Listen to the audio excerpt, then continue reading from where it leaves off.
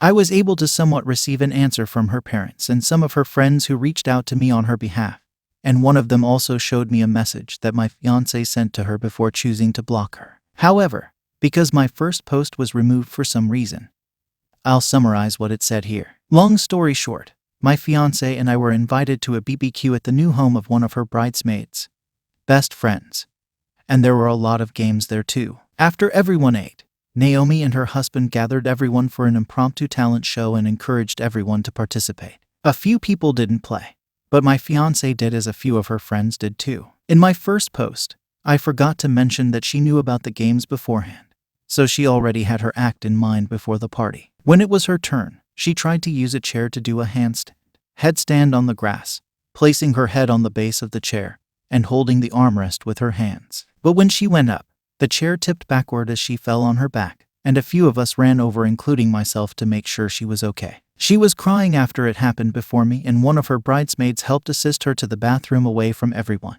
And when we were inside, she said she wanted to leave. I helped her to the car and told her that I'd get her things so that she wouldn't have to see anyone anymore, and the bridesmaid best friend stayed with her by the car as I did this. She was still crying on the drive back, and when we got home, she wanted to be left alone. I figured it was best not to push her into talking, so I tried my best to give her the space she wanted. She didn't talk about it until the next day, when she told me that she wanted to uninvite everyone at the party that saw her fall, and that was our first conversation. I told her that while I understood it was embarrassing and couldn't understand what she was feeling, uninviting everyone seemed like a bit much and might be emotional thinking too. But after I said that, she said that she wanted to postpone the wedding, and I told her that she should take more time because she might feel differently in a few days. And she didn't find solace when I told her that no one would care in a couple of days too. She then said she didn't want to talk anymore and decided to sleep downstairs and eat separately from that night on, and it really hurt when she did that. However,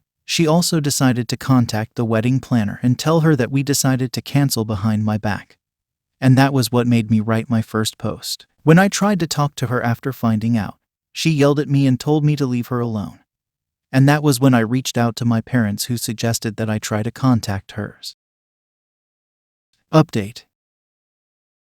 After ignoring me and telling the planner we were canceling, I felt that that was her way of saying we were done despite not officially saying it to me. When I tried to reach out to her parents numerous times before my first post, they missed every call and never returned my detailed email about what had happened in the week since the party. A few people commented that I wasn't being considerate of her feelings, but I feel like I tried my best to support her. From helping her leave without seeing anyone, getting her things, and not pushing her to talk until she was ready. I don't feel like I was pushy at all. A few people also said that she could have suffered a brain injury from falling from chair height and never visiting a doctor, stating how side effects don't always show immediately, but that she should still get checked out. It was almost a week from the party when I wrote my first post, and in my edit, I said that I would try to email her parents again, because my top priority was making sure she was okay and hoping that they could convince her to see a doctor, since she refused when I asked. I've since tried to email them numerous times, but I have since been blocked as my email has not been returned either. I've tried to talk to my fiancé since too, but she said that she'd be leaving to stay with her sister after she gathered everything she wanted to. I'll get back to that in a moment. But in my last post, I mentioned how her best friends, bridesmaids, reached out to me to ask me how she was doing since the fall. And they also told me that she had ghosted their texts, calls, and that they were concerned about her. I was surprised because some of them were her best friends, and if she'd vent to anyone, I figured it'd be them. They were also concerned that she didn't get checked and had left their messages on read. But as of writing this, she has also blocked them too. However, one of her best friends sent me a text that my fiancé sent to her about the bridesmaid who helped her to the bathroom. And as far as I know, she's the only one who received a response so far. Long story short, my fiancé vented to her about how she didn't want help when she and a few others, including myself, ran over after she fell. And she also vented about how Naomi and her husband were show-offs for hosting a barbecue in their new home, among other things. However, when the best friend told her that no one was thinking about her fall and that everyone who ran over was genuinely concerned about her and that she should get herself checked, that's when she blocked her and didn't respond. As of right now, my ex-fiancé is staying with her sister after she came over to help her with her things. And it was only when she was there that my fiancé finally decided to say that she was done. I told her that I received the message when she told the planner we had canceled behind my back. But some of her best friends told me that they were sorry for me and that they were surprised with her actions too after hearing about how she treated me at home. I personally thought that it was connected to her pride of currently doing yoga and being a former gymnast. But some things I guess I'll never know. It still hurts a lot with the sudden shock. But some people recommended talking to a therapist, and it's something I'm trying to consider with my insurance. Wedding stuff is complicated. But I just want it to be over soon. Dad's suggesting a lawyer. And that's where we're looking at right now, although it still hurts like hell. Edit. Our wedding was scheduled for the summer. And we had been together for a few years since around post-college after knowing each other in college. This was the first that I had ever seen her embarrassed in front of other people in such a way.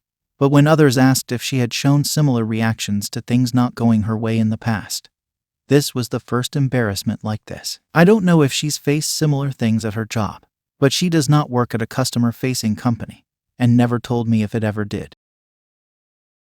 Opus's ex has a restraining order against him, and his ex now lives in the same apartment complex as him. My ex-wife and I had a rocky marriage. My alcoholism didn't help. She pushed for a divorce. We lived together during this divorce, and one day I found out she was dating another man.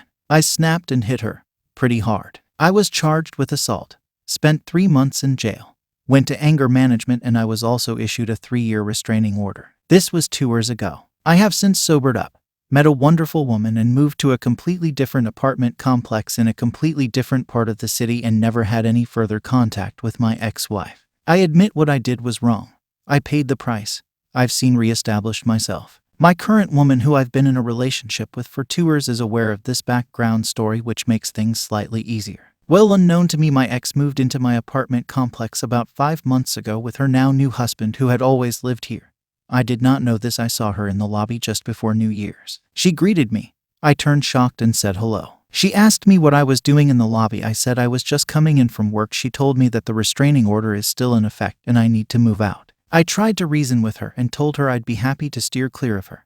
I know we don't live on the same floor. I don't even know what floor she lives on. I don't care to know. I told her if I saw her on an elevator, I wouldn't get in and just wait for the next one. She told me she was going to enforce the restraining order against me. My partner and I literally just signed a brand new 2-year lease 6 months ago. We love the place we live in and wouldn't want to move. And it feels unjust having to move, incur financial hardship because the person I had a restraining order against moved into my apartment complex. The reason why I'm bringing this up is cause last night building management was informed of the restraining order and told us we need to figure this out. Would she really be able to force me out of my home even though I lived here before her? As long as I do my best to avoid any contact with her, which I'm perfectly fine doing, shouldn't that be sufficient?